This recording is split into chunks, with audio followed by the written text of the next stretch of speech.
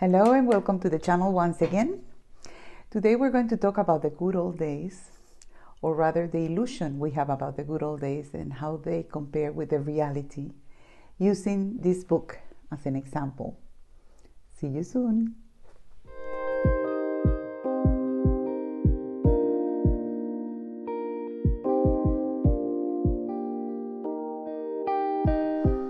I read this book 45 years ago when I lived in the United States, and I had to pull it out of my shelves because in a meeting that I had with friends last week, twice there was a comment about the good old days and how we miss that, even though we haven't even lived them, really. And this book was written by Otto Bethmann, who is a war migrant refugee from Germany, where he was a curator of rare books in the State Library in Berlin.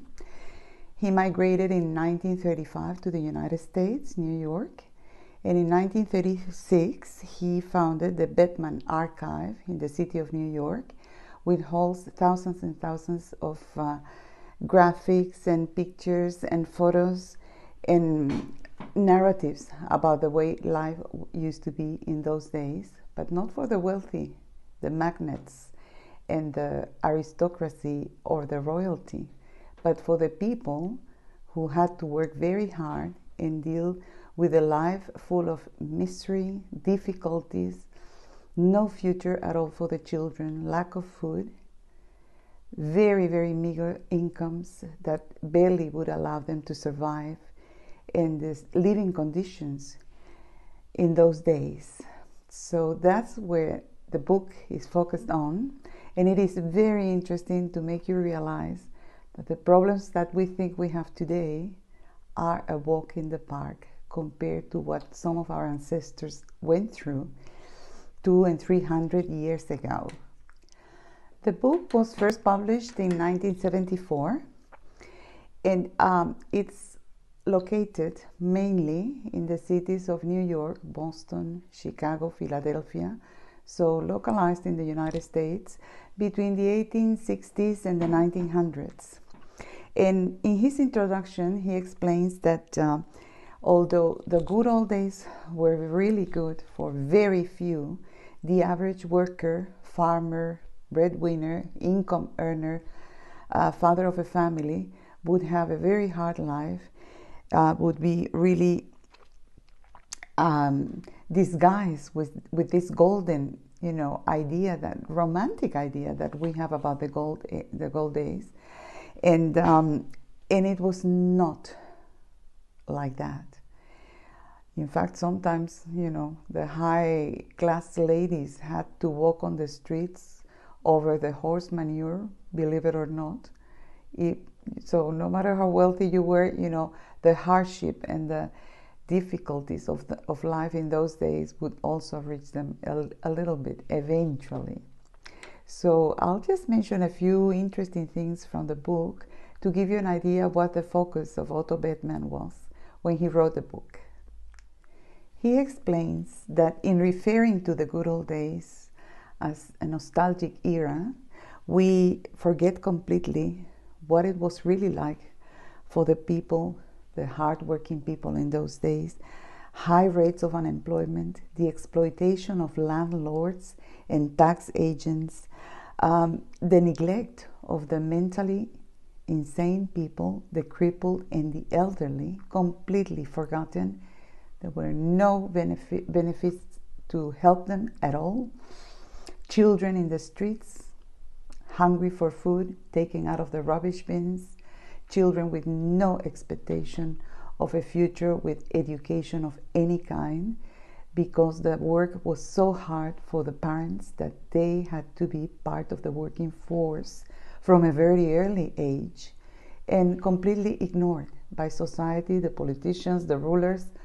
It was the way of life of people at that level. He also mentions that despite of all the problems that we have and the very grim premonitions about the future in modern times, nothing compares to a life of complete hardship from dusk to dawn, from Monday to Friday, no weekends, hard physical labor, getting sick constantly, not having proper heating in the minus 30 degrees Celsius temperatures of the northern part of the United States, or any cooling way during the harsh months of summer. But we still complain. However, if we compare today, whatever your problem is, if your child doesn't have a school to go to, you can resort to somebody for support and advice. If you run out of food, what would you do? Just ask yourself those questions. If your car breaks down, what would you do? If it is very hot in the summer, what can you do? If it is very cold, what can you do? If you have problems with the house, the roof is falling apart, your vacuum cleaner is not working, what do you do? Does your life really go to pieces because of any of those problems? I doubt it. So we really have it very easy in modern times when we compare what our grandparents and great-grandparents went through in those days.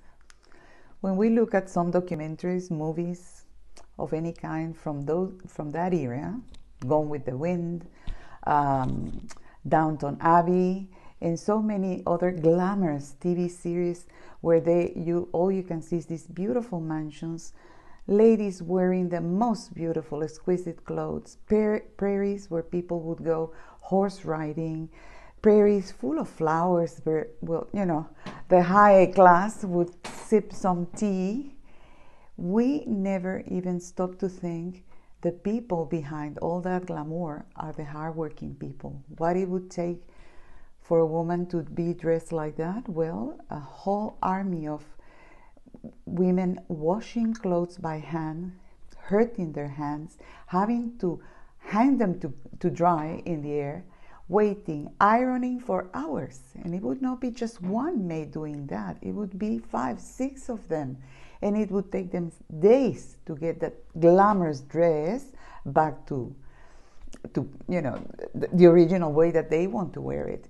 And the same happened with the tables that we see. We see these fabulous meals, tables full of beautiful cutlery, china, crystalware, the fabulous food, and behind all that, nobody can remember or tries or bothers to remember the amount of people gathering the food outside, cleaning everything, peeling everything, cooking on, you know, wood stoves that would really heat the kitchen rooms more than you could bear, and then present this beautiful food to the table as something miraculously beautiful.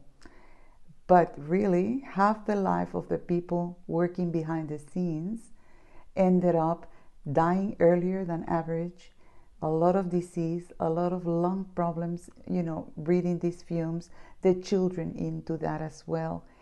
So, you know, looking at everything looks so beautiful, oh, the good old days, wouldn't it be lovely to live like that?